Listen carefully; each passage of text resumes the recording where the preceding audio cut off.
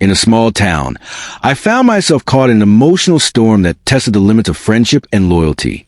My best friend, Vicky, had been married to Connor for over 3 decades, and from the outside, their marriage appeared flawless. They were the couple everyone admired, with a beautiful home, successful careers, and a deep bond that seemed unshakable.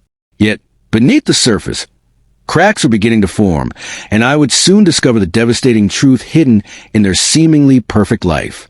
Connor had been diagnosed with terminal cancer, a battle he faced with courage that inspired everyone around him. His condition had taken a turn for the worse, and he was now in the hospital, fighting for his life.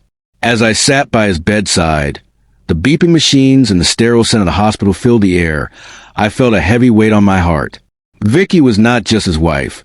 She had been like a sister to me. I had always admired their love, but that admiration was about to be shattered. One fateful day, while I was out running errands, I stumbled upon Vicky in a compromising situation with a much younger man named Harold. The sight knocked the breath out of me, sending shockwaves through my entire being. How could she betray Connor at such a crucial time? My heart raced as I absorbed the reality of her infidelity. It felt surreal. When I confronted Vicky about it, her reaction was a mix of despair and defiance. She broke down, tears streaming down her face, begging me not to tell Connor. She promised to end her affair and recommit to her marriage, assuring me that everything would be fine. Despite my instincts screaming at me to tell Connor the truth, I agreed to keep her secret. I felt bound by my loyalty to Vicky, but the burden of that secret weighed heavily on my conscience. Days turned into weeks, and I watched in horror as Vicky continued her relationship with Harold while Connor lay in a hospital bed, his life hanging by a thread. I felt like an accomplice to her betrayal, torn between my love for her and my loyalty to Connor. As Connor's health deteriorated, the tension between Vicky and me grew unbearable. I watched her struggle to balance her time between the hospital and her secret rendezvous with Harold. Each visit to Connor became increasingly painful, knowing that I was witnessing a man's heart breaking unknowingly. The beeping of the machines that monitored his health became a constant reminder of the life he was fighting for, while Vicky was busy living a lie. In quiet moments at Connor's bedside, I reflected on our years of friendship. I had seen the changes in Vicky over the years. She had once been vivacious and full of life, but now she seemed lost and lonely.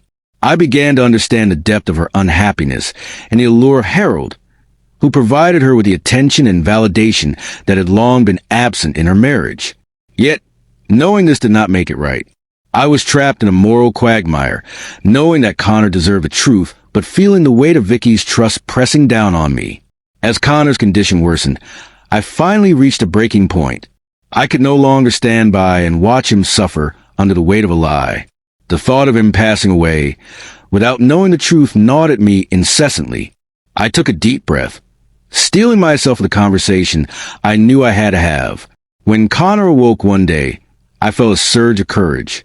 "Connor," I began, my voice trembling, "there's something I need to tell you about Vicky." His eyes, once filled with warmth and kindness, turned to confusion and dread. "What is it?" he asked, his voice weak but steady. I closed my eyes, feeling tears prick at the corners. "Vicky's been having an affair," I managed to say, my heart breaking for him. "I'm so sorry, Connor. I wanted to tell you sooner, but she begged me not to." His reaction was immediate.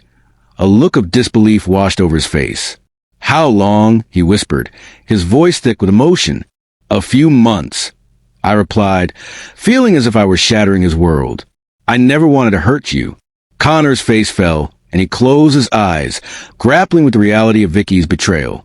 "Thank you for telling me," he said finally, his voice barely above a whisper.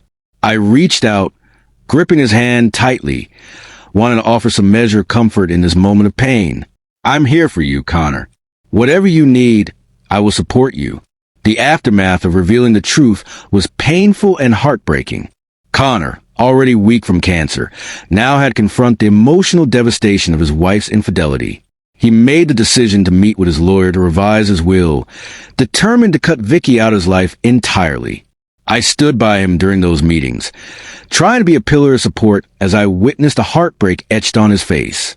"Vicky," blissfully unaware of the storm brewing, continued to divide her time between the hospital and her secret encounters with Harold.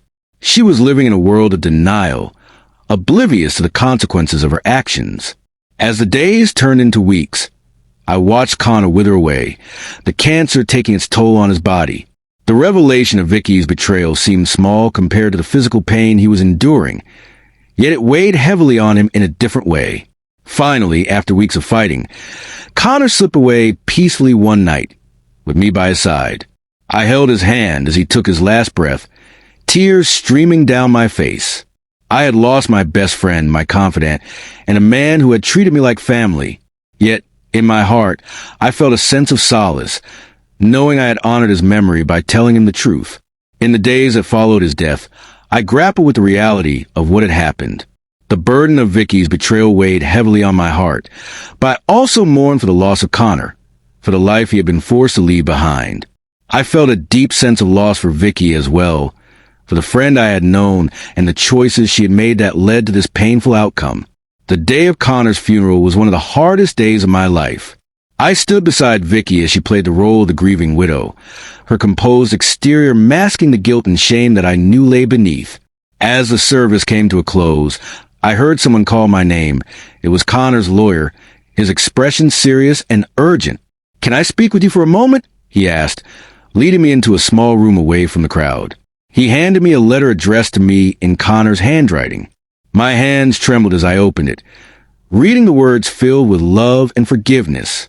Connor had written about how much my friendship had meant to him, and how he wanted me to know that he forgave Vicky for her mistakes.